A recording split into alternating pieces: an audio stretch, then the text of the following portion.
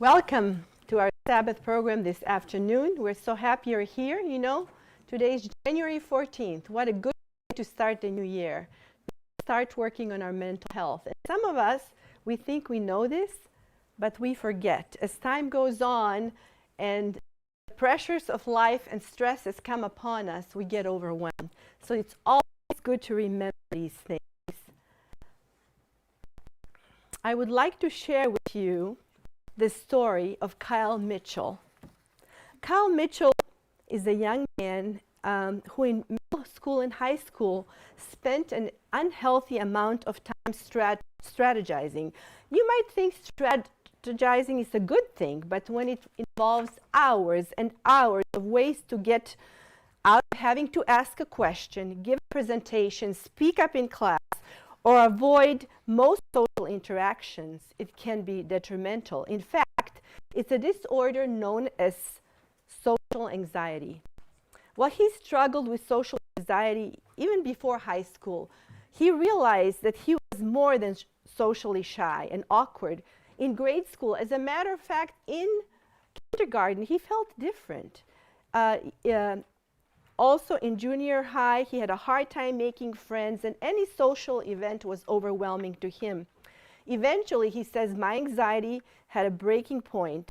So I talked to my parents and my counselors about it, and they were a big help. In high school, he says, I still suffered from social anxiety, but I had worked through a lot of it by then. I did research and came up with 3 strategies featured in my TED Talk. He actually gave a TED Talk how he was overcoming social anxiety. And his 3 points were, number 1, stop negative thoughts from cycling in your head. Number 2, get out of your comfort zone and slowly expose yourself in little increments at a time. And number 3, reward myself and my efforts, not my results. In other words, just the fact that I tried, I should reward myself. And according to statistics, as you're going to see, about 31% of teens struggle with an anxiety disorder. And what he says, 36% of those teens wait 10 or more years before they seek help or try to help themselves.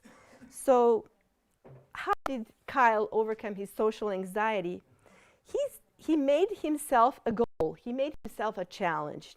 He said, I want to help 1 million socially anxious people to go from socially anxious to socially confident. Wow, 1 million people.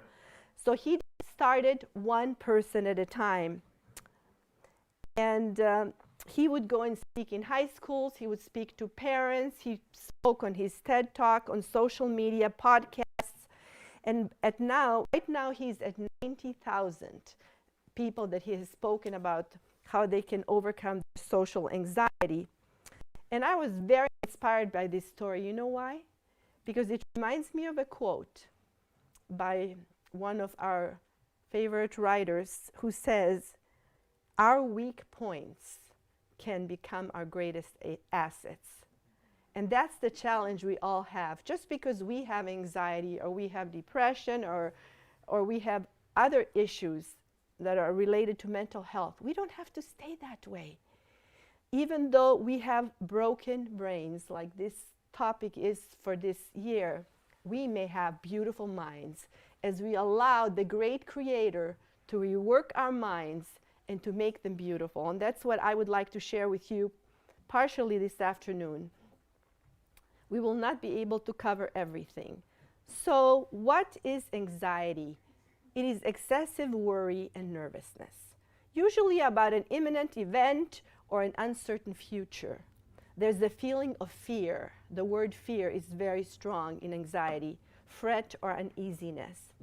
And these are, unfortunately, the anxiety statistics. We're pretty anxious in this country. More than 40 million Americans suffer from anxiety disorder. 19% of adults have experienced some kind of anxiety disorder. An estimated 31% of adolescents, 13 to 18, have an anxiety disorder. And 44% of college students say they have symptoms of depression and anxiety. But now I would like to give you some wonderful statistics. In the scriptures, God gives us his statistics about anxiety, worry, and fear. And you know what they are? For God has not given us a spirit of fear, but of power and of love and of a sound mind. Do you want to have power? Do you want to have love, his love in your heart? Do you want to have a sound mind? I believe we all want to do that, and that's what this is all about. The objectives of this talk are to define stress and anxiety. How does it affect our mind, our body, and our health? And 11 habits that beat anxiety. And I'll also have 2 or 3 young people who will share with us how they deal with anxiety in their lives. And I think that's very good because we can all learn from each other, right? So what is stress?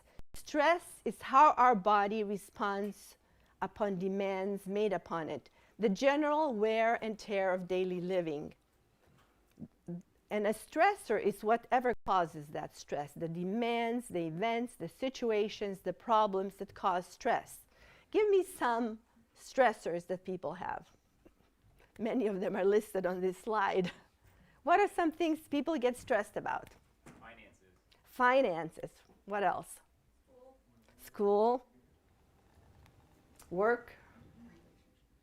Relationships. Yes. What else? Performing in front of others. Performing in front of others. That's right. Singing a solo, doing a speech, anything like that. And here are some very, very stressful life events. This was a study done by Oregon State University. These are very severe stressors. When you lose a spouse or a loved one, a family member, a major decline in your finances. You know, when the stock market went down in the past, people had killed themselves. You've read stories like that, okay? Loss of a job, marital separation or divorce is a very huge stressor. And broken relationships with a spouse or a child. Becoming a parent is a stressor also. And major trouble with a boss or coworker, divorce, and retirement can be a stressor also. So not all stress is bad. That's the good thing. How many of you have heard of good stress? It's called eustress. So good stress is beneficial to our life goals because it helps us to accomplish things that we otherwise wouldn't accomplish. Distress is excessive stress that is destructive to our physical and emotional health, mental health. Can you give me some examples of good stressors or eustress in your life? A job well done. A job well done. Okay. What about having to get up early in the morning so you have to go to work? If people didn't have that, how many people would get up early? Some would lay in bed for half a day, right? So that's a good stressor, right? Knowing you have to go to work, that motivates me to get up and exercise, to have my devotions, right? So we have a schedule. Somebody had their hand back there up. Studying for a test. Studying for a test, yes. You know, midterms, final exams. I know in our church we've had a lot of requests for prayer, and our young people, they have a lot of stress, but they did well, and they're doing well. And so at the end of all those tests and term papers and presentations, what is the reward? You're keeping in mind you're going to graduate, right? And so when you graduate, you're hoping to get a good job, and then you hope you meet someone really nice and you get married, and so it goes on. So those are good kind of stressors. That is an example of a eustress. So how are the 3 ways that we react to stress? Number 1, there's an alarm reaction when we fight or we flight. Oh, it's called fight or flight. So if you, and I will tell you the story of my recent alarm reaction to give you an example. Then there's a state of resistance and a state of exhaustion. So our body's response to stress is that the brain signals the body to release stress hormones, which help us to make quick decisions in an emergency. We decide to protect ourselves, to fight or flight. The other day, a few weeks ago, I was alone at home. It was maybe, I don't know, 2 or 3 in the morning, and I hear these noises, you know, in my house. And I say to myself, oh, I prayed. The angel of the Lord is encamping around me, nothing to worry about. So I try to go back to sleep, but the noises get louder. So I decide I'm going to get up and investigate. And I turn on the lights, and I turn around, and I see on the floor a cat. Now, our cats never get in the house, just a little bit here and there, but they stay in the garage or they're outside. And I'm like, what in the world is a cat doing in the house at 2 in the morning, you know? And so then I figured out it was a very windy night, and I didn't close the garage very well, and the door flew open and the cat came in. And so, but I'm going down the stairs holding the cat, and there's all this rattle and noise downstairs. And I'm, what is this? Well, it was the other cat. He was running all over, having a ball. You know, I'm trying to chase him, trying to get this one, got them all out. And when I was done, I was cracking up. I couldn't stop laughing. Well, that was a good end of my stress. But just imagine if I opened the light and there was a bobcat. Now you may say, this is unreal, but things like that happen. You know, where my dad lives, they have bobcats in his backyard. They come by the door. You know, we've had, in the house we lived in the mountains, the people who bought the house, the bear actually broke into the kitchen. You know, so those things happen. So what happens to the body in a situation like that? Within minutes, a few seconds actually, the physical effects on the body, your blood pressure goes up, your heart rate goes up, your heart contracts, you have all this extra muscular strength, you pick up anything easily, your blood sugar is released from, glucose is released from the liver, you have increased mental activity, you're thinking really rapidly, increased metabolic rate, and your blood flow to the intestines and kidneys is shut off because you need all the energy going into all these other things. And so how we respond to the stress, if it's positive or negative, the eustress is positive, the distress is negative, it depends how we were built. Let's say you have a work deadline or a test at school. One person will say their response is, you know, affected by their attitude, personality, inherited traits. They say, this is ridiculous. I will never make this. This is so stressful, impossible. And another person will say, this looks tough, but I can do it. They talk to their boss, and the boss changes the deadline to do with the way we respond to stress. So how does stress affect the rest of the body? Our bodies are made to handle stress in tiny, small doses. But when we have chronic, unresolved stress, we have serious effects on our body.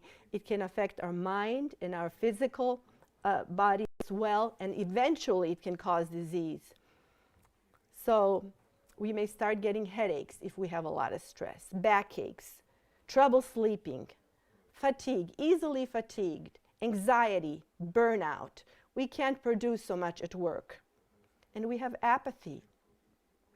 The question is this: when you notice some of these unusual symptoms in your life because of stress, do you take corrective action? Do you do something about it? Or do you just ignore them and hope they'll go away? That's the big thing. This is an amazing slide here. People who have heart issues, they get elevated cholesterol, bad cholesterol, elevated blood fats, lower HDL cholesterol, accelerated atherosclerosis, and there's a 9.5-fold increase risk of triggering a heart attack 2 hours after the anxiety episode. That's how powerful stress is, that is constant, continual.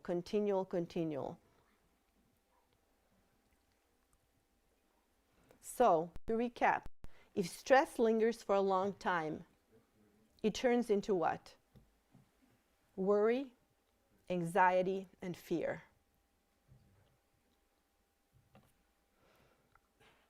There are several hormones that are increased in our bloodstream to protect us from sudden stress, and one of them is cortisol. And cortisol is a good hormone. It contributes to memory, motivation, decreased pain. But when we have chronic stress, this cortisol does damage to our body. Notice that it affects almost every organ of our body: anxiety and depression, our mind, fatigue, GI upset. Some people have actually gotten ulcers because of stress and anxiety. I'm sure you've heard of people like that. Heart disease, high blood pressure, irritability, poor memory and concentration. Some people can't have children because of severe stress. Sleep difficulties and weight gain. We are a worry nation, and the question is, are our worries justified? What do you think? Are we justified to worry? No. Okay. Let me show you this interesting slide, the worry chart, okay? This is a good one to remember. 40% of all things we worry about never happen. 30% have already happened and we can't do anything about them. 12% are needless worries about our health. 10% are petty miscellaneous issues. 8% are real worries. Half we can do little about, the other half we can do something about. So how many percent can we really do something about? 4%. That is quite interesting, isn't it? Here's a quote, inspirational quote. It says, "The continual worry is wearing out the life forces." Didn't we just see that? Continual worry and anxiety starts wearing out different body organs one by one. Our Lord desires them to lay aside this yoke of bondage. He invites them to accept His yoke. He says, "My yoke is easy and my burden is light." Worry is blind. It cannot discern the future. But Jesus sees the end from the beginning. In every difficulty, He has prepared, He has His way prepared to bring relief. Now, this is a beautiful quote to memorize or to put it on your refrigerator or on your mirror when you start worrying about something. So what are the signs and symptoms of anxiety? This guy looks like he's smoking, but he's not. He's steaming from stress and anxiety. Yeah.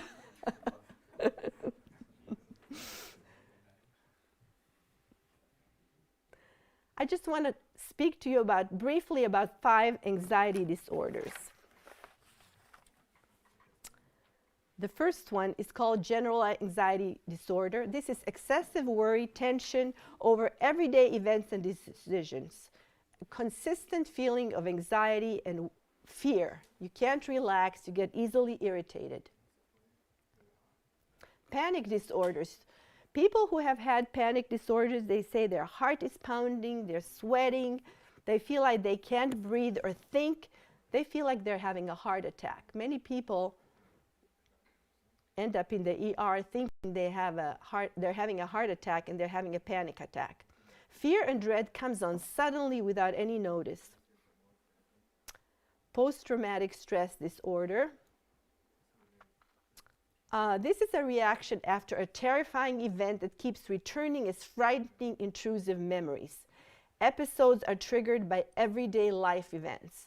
This was first seen in World War veterans. And I used to work for the VA hospital in Loma Linda, and we had majority of the patients had this PTSD because they were kind of still reliving in their mind the fears of the war that they had gone through. But now, under this same title or anxiety disorder, people who have been exposed to sexual abuse, violent crimes, natural disasters, and serious car accidents have also this problem. The fourth one is phobias and social anxiety. A phobia is an intense fear of a specific object or situation. Acrophobia is the fear of heights. Anybody here afraid of heights? No? I'm afraid of heights. Now I can hike in high mountains, I just can't look down. But you know, you can't just paralyze yourself because you have a fear of something and not do anything. So agoraphobia, what is that? Fear of entering an open or crowded space, leaving your home. There are people who are afraid to leave their home. I had a friend, she was such a wonderful social person in California, and she was bubbly like you wouldn't believe it. But she couldn't go. We had this open market in Redlands, and we love to go Thursday nights to the market to shop. You know, it's a fun, the farmers are there and you're buying. She couldn't go there because she had agoraphobia. So it's a very real thing. And then there's social phobia, like Kyle, the young man I told you about. These people have an irrational fear or anxiety of giving a speech, singing a solo, teaching a class. And why do these anxiety thoughts and feelings come? They come from being afraid of being criticized and embarrassed by others. Huge fear of embarrassment by others. And the fifth one is OCD, obsessive compulsive disorder. This is intrusive, unwanted, repetitive thoughts and rituals that a person does out of a feeling of urgent need. It involves obsessions and compulsions. So someone who is a germaphobe is afraid the germs are going to come on him. They can end up washing their hands up to an hour a day because they're afraid they're going to, get germs. But I just wanted to put this in. I'm not a doctor. I'm into lifestyle medicine, but sometimes it's good to get a check because, like Paul mentioned, there are physical problems that can cause anxiety. There are certain diseases that can cause anxiety. So it may be a good idea if you or a loved one is suffering from anxiety just to be checked out to rule out an overactive thyroid or anything else. B12 deficiency can be another problem. A lot of people have it and they don't know. And it's good to check your vitamin D and B12 levels so that you can get a diagnosis so you can take action naturally. That is my recommendation. So we want to talk about 11 habits to beat anxiety before it beats you. And these are practical things you can do to help combat the negative effects of stress and anxiety and improve your health, your mood, and quality of life. And I have an acronym to help you remember this. Well minds: water, exercise, listening to music, nature sounds, living trust in God, make thoughts truthful, inhale, exhale deeply. What would you call that? Deep breathing, right? No toxins, diet and supplements, and sleep.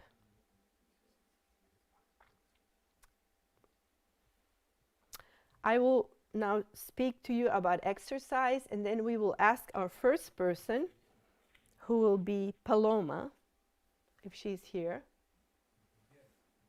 Is she here? Yes. Okay. She will tell you how she deals with anxiety. So the exciting thing is that exercise, by the way, let me go back. Which of these do you think are the most powerful? Trusting God. Okay. Any other thoughts? Sleep is really important. Yes. Exercise. And make thoughts truthful, CBT. So they're all important. It's kind of hard between trusting God and truthful thoughts. they're connected. So beat anxiety with exercise. So the health benefits of exercise are on the physical body, but they're also especially on our minds. It prevents stroke and some cancers. It protects against the harmful effects of stressors and anxiety. It improves our immunity. It improves the quality of sleep and personal self-control. It increases contentment and reduces the pro-inflammatory chemicals in the body commonly elevated in anxiety. In one study, they showed just 20 minutes of walking daily for 10 weeks improved anxiety. So, how does exercise relieve stress and anxiety? It diverts your stress. It diverts your mind from your stress. So if you're walking or you're jogging out there, there's no way you can be thinking of your anxiety because you're just trying to pedal it and make it fast, right? It relieves pent-up emotions. It relaxes your muscle. It activates the frontal regions of your brain, and it helps you to build resilience so you can handle future stress. It improves your mood and your sleep. How many of you here are exercising every day? About 5, 6? How about 3 times a week? A few more. How about 2 times a week? Once? Wow. Okay, we need improvement, huh? So what type of exercise is best? It has to be an exercise that's brisk. So ideally jogging, running, or brisk walking, or you can do intermittent training. Cycling, swimming, bicycling. So the first thing you do when you're anxious or stressed, get out in the fresh air and go for a run, go for a walk. It's amazing what it's going to do for you. You can do it anywhere you are. You can, even if you're at work and you're under stress, go take the stairs 3, 4 times, up and down. It's amazing how powerful that is. The recommendation by the American College of Sports Medicine is 30 minutes of exercise 5 days a week. But if a person is anxious or depressed, Dr. Neil Nedley recommends 1 hour per day, 5 to 7 days every week. So basically every day. And when is the best time to exercise? In the morning. I've done it both ways. When we were in California, I would do it early in the morning, but here it's cold and I have all these excuses, you know. But I've started going back to the morning. It's much better because you can get your heart rate up much faster. I can work harder, and then I feel good the rest of the day. But if I do it in the afternoon, I'm tired, I can't get my heart rate up. It's 4 o'clock already, and the benefits, I've wasted 8 hours of my day by not doing it then. So we encourage you to do it in the morning if you can. Even if you can do a 15-minute walk, that's going to be so helpful.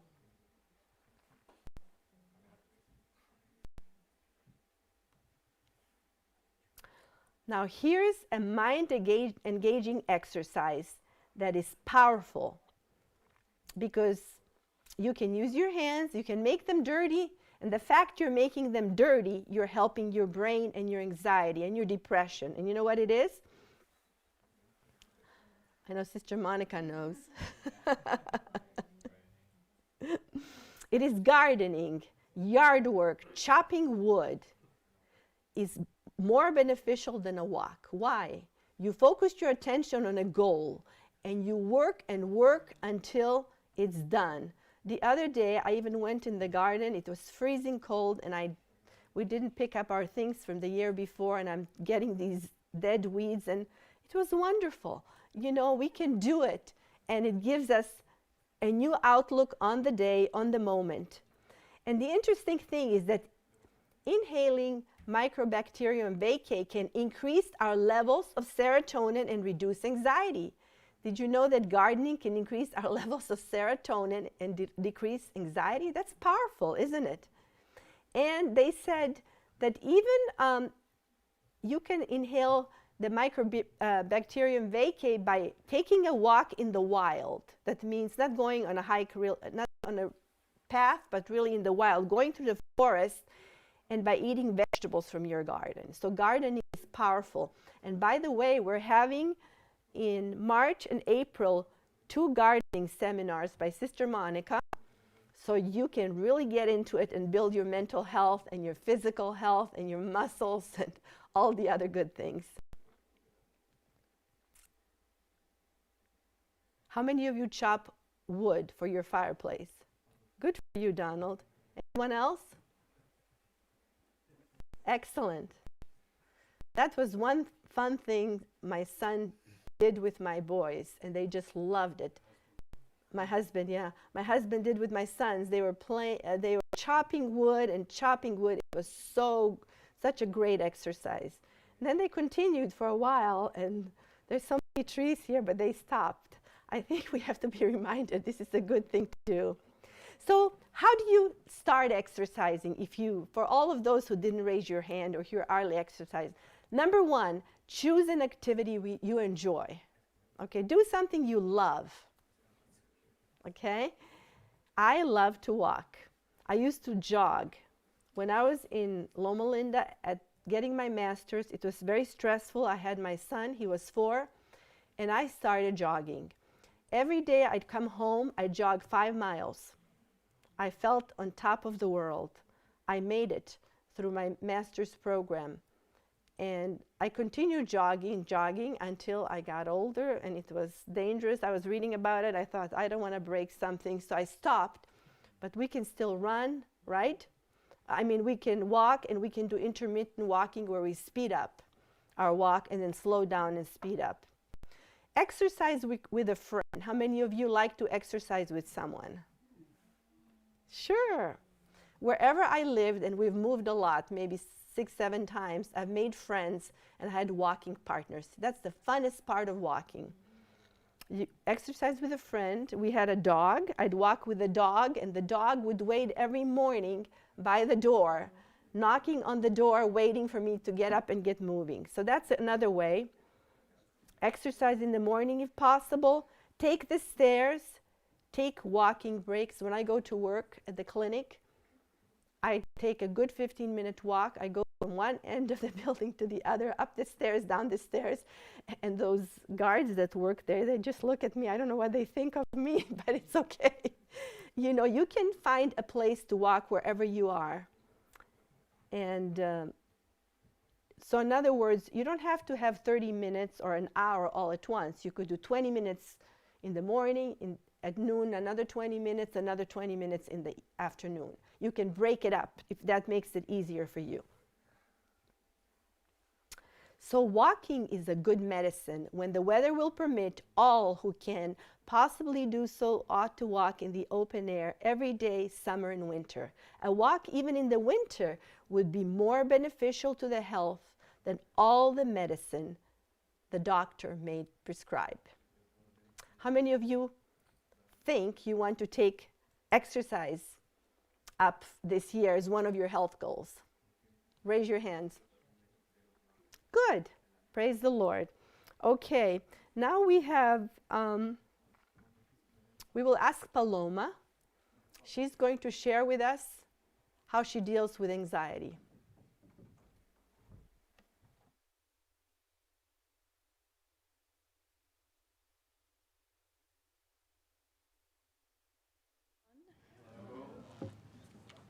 So, I'll start by saying that I haven't always been consistent with these methods and habits, but I've noticed that when I have done them, things have been better, and I've noticed an improvement. So, like a lot of people, like most people, I get stressed, and for me at least, when I get stressed, I tend to lose motivation to do things, which can make me more stressed because, wow, I have all these things to do, and like I don't know where to start, and then that can put me in a bad mood. So one thing that we learned about when we were doing the depression and anxiety program from last year was intentional thinking, which was an exercise that we did. And it's part of cognitive behavioral therapy, which essentially it's a structured, goal-oriented type of therapy, talk therapy, and it's meant to change your way of thinking and help you become more aware of your emotions.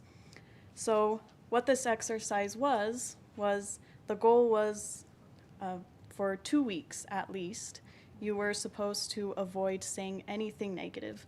Not so much thinking, but saying something negative. If you said something negative on any day, you had to start all over. From the beginning, try the 2 weeks again. And that's the main thing that I focused on. That's actually what I focused on the most. And, you know, I had to be consistent with it. I'd accidentally say something, which it's a lot harder than you might think. But I'd say something and then I'd be like, oh man, and I'd have to start all over. And it really pushes you to think more about what you're going to say and to consider more what you're going to say instead of just saying whatever comes to mind. It really helps you become aware. And another thing that I do, or I just started this one, but I've started exercising again, which, as Sister Lily was mentioning, exercise is another good thing to do to help control like anxiety or stress or anything like that. And I've noticed in the short time that I've started exercising that I wake up earlier, which is something that I haven't been doing well in the past, but I've noticed that I've started waking up earlier even on days that I'm not exercising. I've started pushing myself to go to bed earlier, to get up earlier to exercise, because if I don't exercise early, I won't have time to do it later. And it helps add some structure to your day, and as well as many other benefits, physical and mental. And not only exercise, like a lot of people think exercise might be boring, which it can feel that way. It can be hard to keep it up. But in addition to exercise, you can also do recreational activities. Like I go to play volleyball once a week. That's something that you can do. And if you're not into that, it can be any recreational activity that you find entertaining. You can make it fun for yourself, essentially. So small things like that, that not by themselves, but together, if you do small things like that, small changes to your day, it can really make a difference to your life. So those are things that I mainly do. She was in that class, it's wonderful to hear her story and how it can be done. Okay, now we're going to speak. She mentioned cognitive behavior therapy. And it's interesting, we're going to talk about that, how you can beat anxiety by speaking truthful thoughts to yourself. They've done brain imaging studies, and they've shown that individuals who have anxiety perceive the world differently.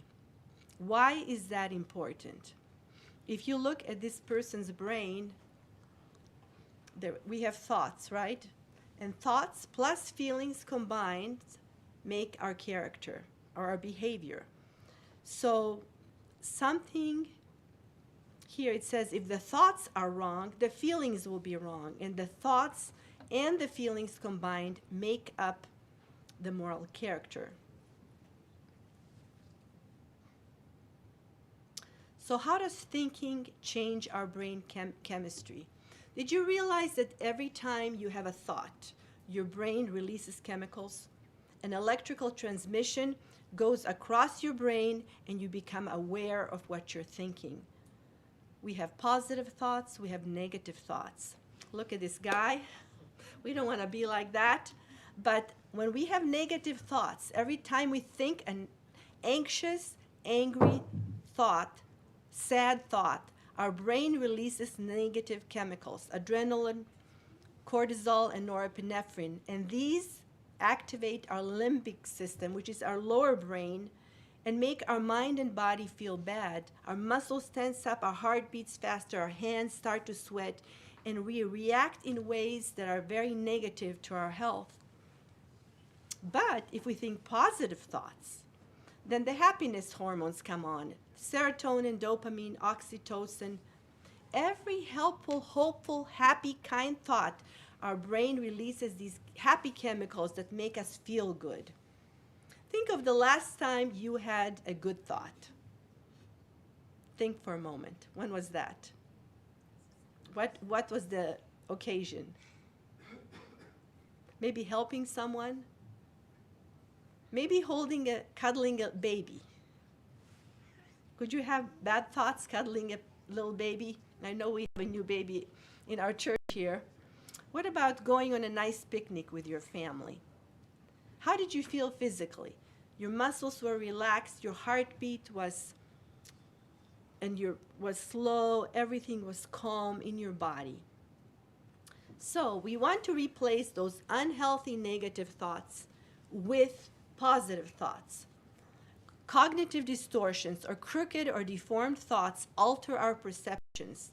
To overcome anxiety, we must identify our destructive, untruthful thought patterns and replace them with healthy ones. And so cognitive behavior therapy helps us identify them and neutralize those thoughts that may trigger anxiety. Here's an example. We can have, let's see here. Here is an activating event. Let's say I lost a job.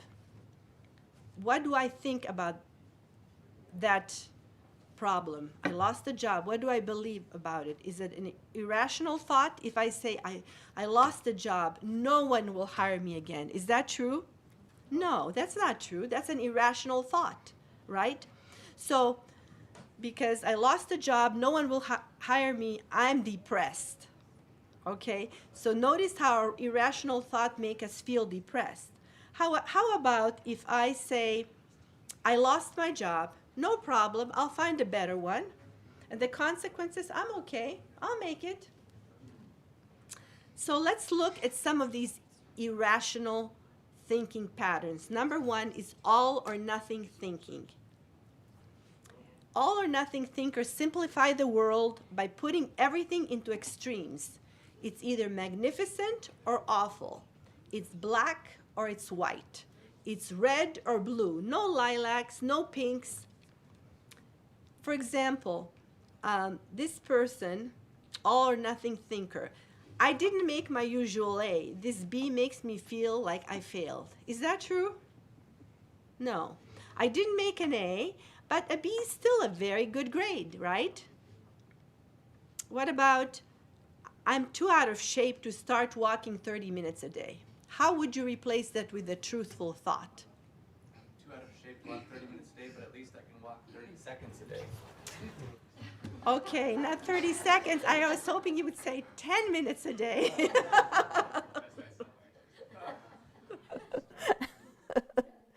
Does anyone have a better thought than 30 seconds? What? 15 minutes. 15 minutes. There you go. I like that. My son always forgets to take out the trash. Give me a truthful thought on that. Sometimes. Very good. My son sometimes forgets to take the trash out, but I love how he remembers to wash my car on Fridays. Okay. Here's another one, overgeneralizing. Since something bad happened to me once, I conclude it will happen to me again for the rest of my life. Is that true? No. Watch out for words like always and never. They usually are signaling that you're going to speak something that is not truthful. The third one is called mind reading. A friend passes you on the street and fails to say hello. So what are you thinking? He hates me. He's ignoring me. So he must not like me. So do you have evidence that that's what he's thinking? Do you have evidence for that? No evidence. Okay, it's all in your head. So how could you rephrase this to make it true?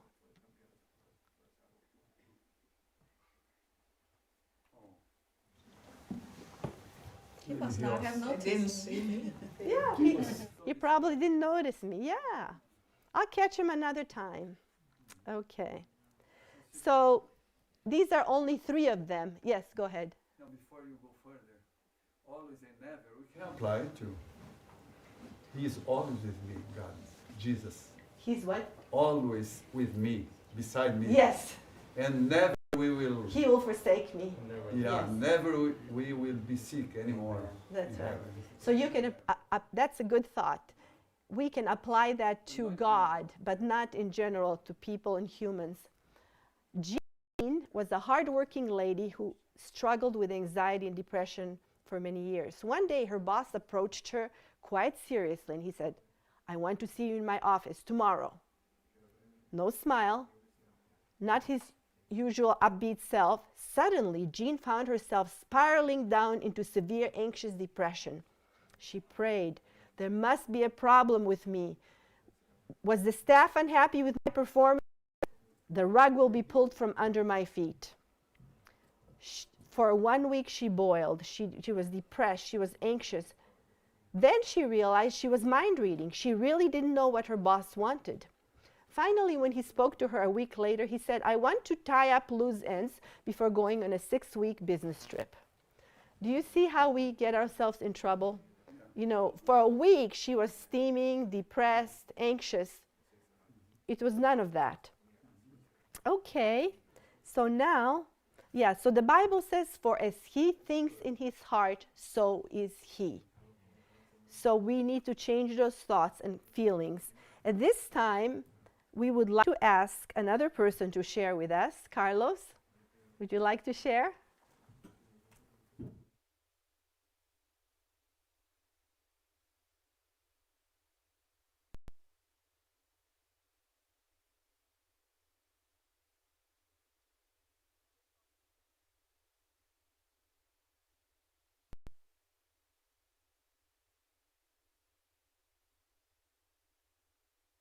Afternoon, everyone. So for me, I'd like to give examples of how I dealt with anxiety in different situations, and also give some examples, like we had just discussed, about changing the way we think. So the first example is having a list of items. Most of us have in our notes, we have like, okay, here's what we're gonna do today. And it's usually like a long list of things. And sometimes it can be overwhelming when you feel like, oh, there's just so many hours in the day and there's just so much to do. What am I gonna do now? And so then you end up stressing and then nothing happens. So what I decided to do with that is that I just look at one thing that I could do right then. It might take 5 minutes, it might take 2 seconds even, just a small thing. And I look at that and I say, I'm gonna do that small thing and not focus on anything else. And once I get that done, that's one less thing on the list. And then slowly but surely, that list is gonna get smaller and smaller. And if it helps you even more, then just erase everything on the list except one thing. And then you're just gonna see it as one thing.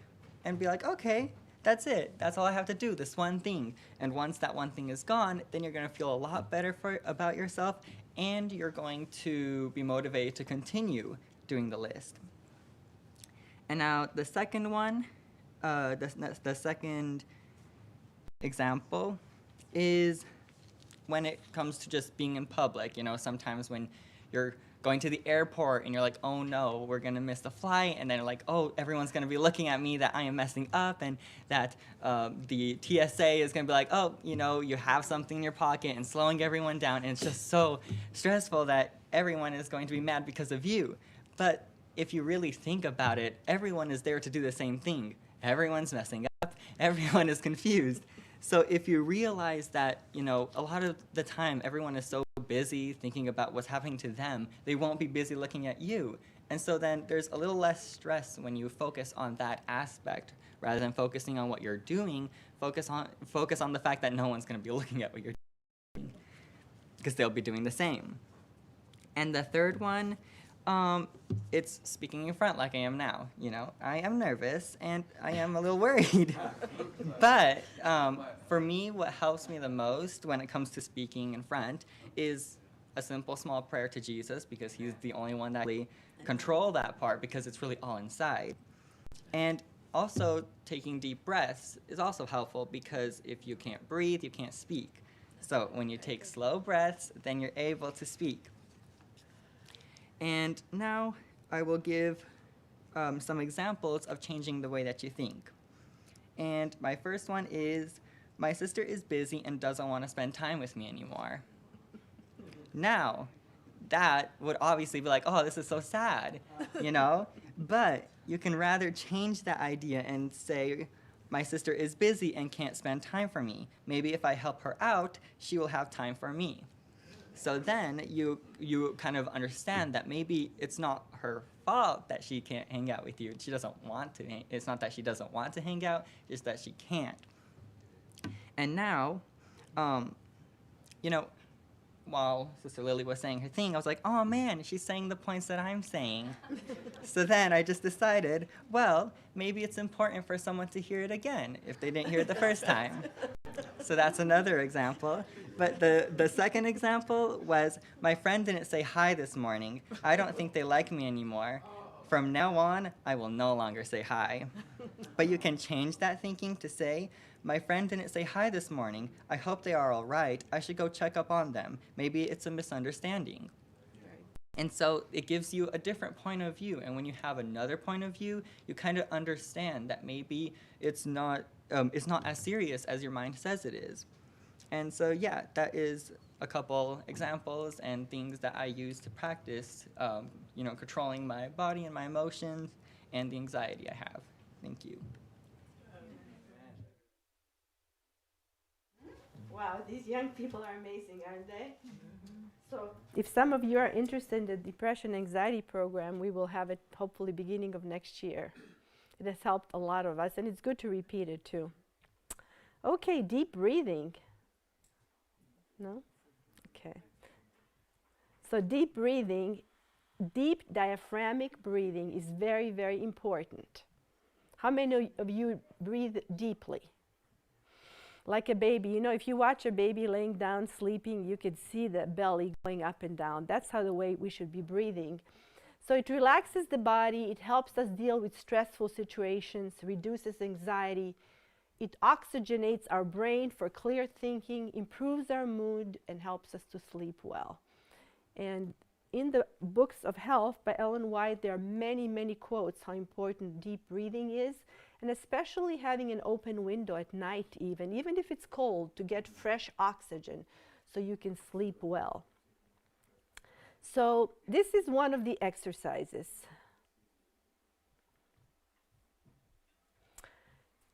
Abdominal breathing, you should do about 20 to 30 minutes each day to reduce anxiety and stress.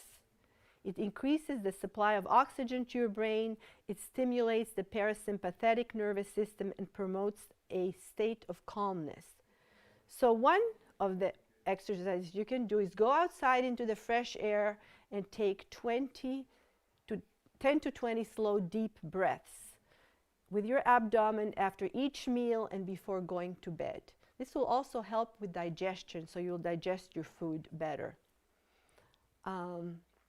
The other exercise you can do on your bed or on the floor, lay down comfortably, put one of your hands on your abdomen and one on the chest, and then inhale through your nose for 4 seconds, hold it for 2 seconds, and then slowly exhale for 6 seconds.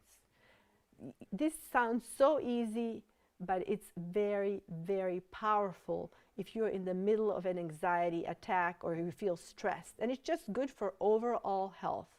The first sentence is very good. The first sentence is very good. Lie in a comfortable place. That's right. Okay, I think I have it. So the next one is water. How many of you drink at least 8 glasses of water a day? Are you kidding me? 1, 2, 3, 4, 5 people in this big, large group. You didn't say how big the glasses are. I mean, You didn't say how big the glasses are. about 8 ounces. I'm joking. You know, I do this every time I teach this class. It's called prehab class for surgery patients. I give a lecture and I ask them how much water they drink. You know what's the average? 2 to 4 glasses. And very few people drink enough water. So how many of you have 6 glasses a day? 4 glasses. 2 glasses. So the rest of you don't drink. It looks like the majority does not drink.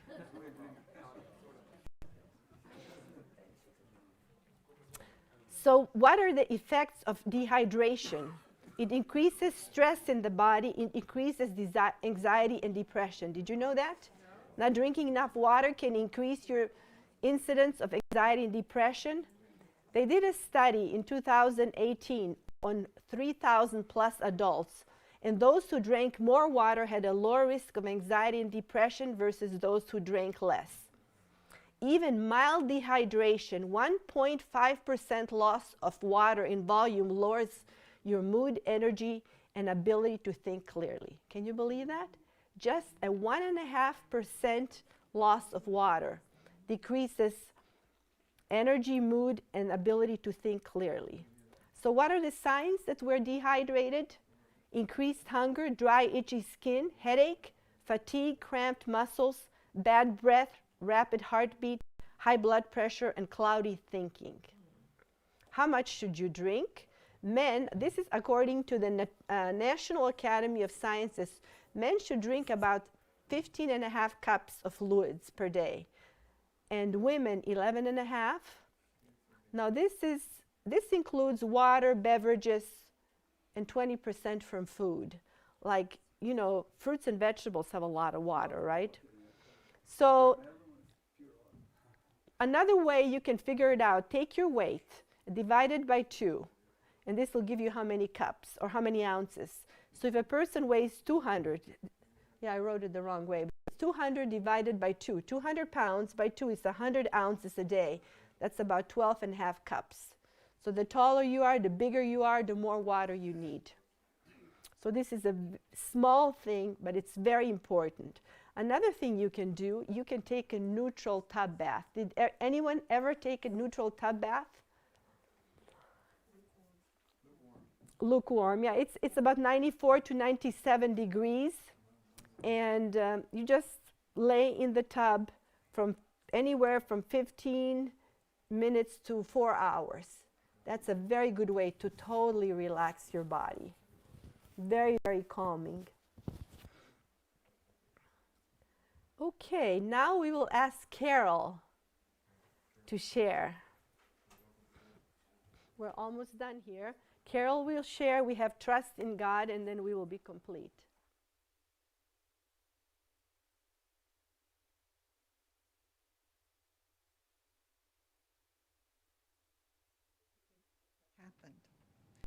Happened.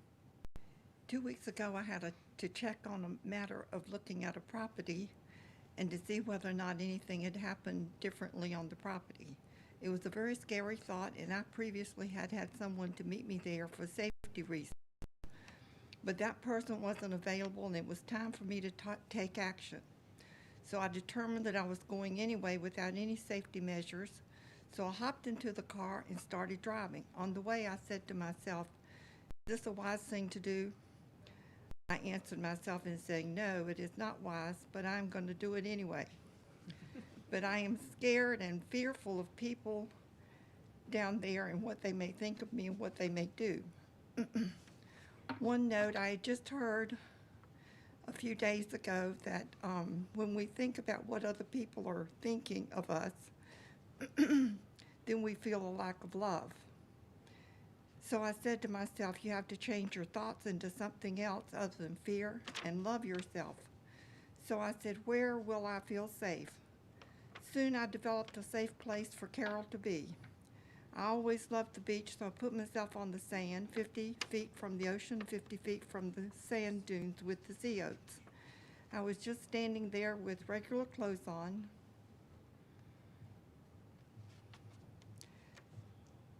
just standing there in a peaceful state, no one in the ocean, no one in the sky above me, or no one walking the sand. So there was absolutely no one around to judge me, to like me, to love me, to do something dastardly to me, to judge my body shape or my thoughts or my actions.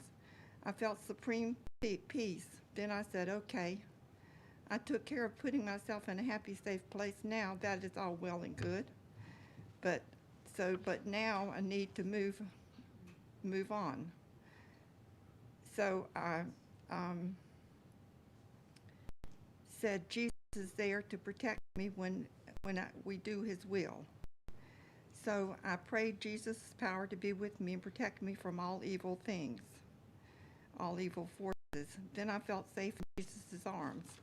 My Heavenly Father was there to love me and hold me in his mighty power of love. So I smiled all the way on the 30-minute drive. While I was there checking the fence line, I felt my heart fluttering from fear. As I bent over, I then started reasoning with God because God was still with me, so I let the fear go. And I got into my car and drove home with a huge smile on my face with peace, serenity, and protection and love. And note too, sometimes I don't look at fear and how it paralyzes me, but from now on I'd like to look at fear and face it and be an overcomer. Thank you for listening to my courageous action. The course, The Way Out of Depression, is a wonderful course that changed my life in many ways. And it does have a 95% cure rate. I didn't know I was depressed until I took the test for the course. I thought I was just normal. And the cure rate is 95% of healing oneself physically, mentally, and spiritually. Thank you. Thank you, Carol.